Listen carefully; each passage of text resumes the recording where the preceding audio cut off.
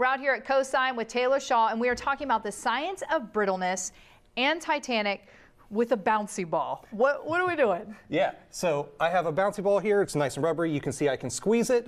I let go. It pops back into a sphere. Okay. We call that elasticity. Most materials have that to some degree. We can see I can bounce it. That deforming, then popping back up is what forces it up. Okay. So I'm going to use this to relate to the Titanic steel hull. It's not steel itself, but we can still see the concept of brittleness.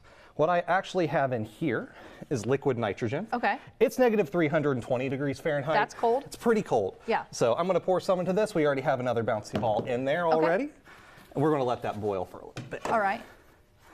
So what happened that tragic night when the Titanic struck the iceberg? It was found in 1995 when they brought up some of the metal and tested it that the metal was of a lower quality. Okay. Steel can become brittle at various different temperatures depending on what goes into it. They found a lot of phosphorus and sulfur in the construction metal that was used in the Titanic, which meant that its brittle point turned into 0 degrees Celsius, which is the same temperature of the water that it was in. So as this gets nice and cold, as the hull of the Titanic got nice and cold, want to put on my goggles. Put on your safety goggles, yeah, that's right. I like to keep mine on because I like to be styling it and profiling when I'm at COSI.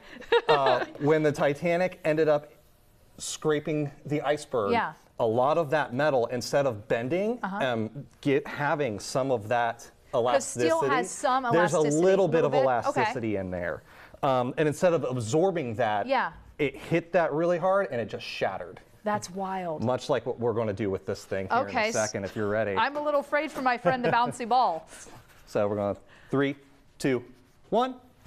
Oh my gosh. So high impact point mixed with the brittle point, that force has to go somewhere. That's and wild. And it's just going to shatter that ball apart. That is crazy.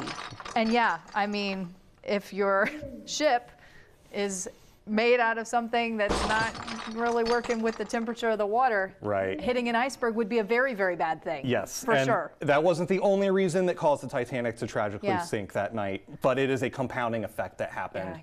And thankfully, we have scientists and we learn from our mistakes.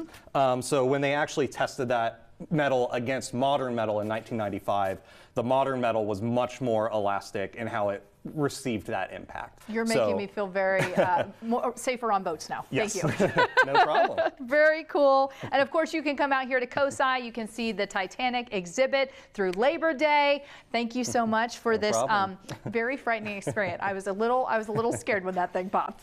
Thanks, Taylor. Thank you.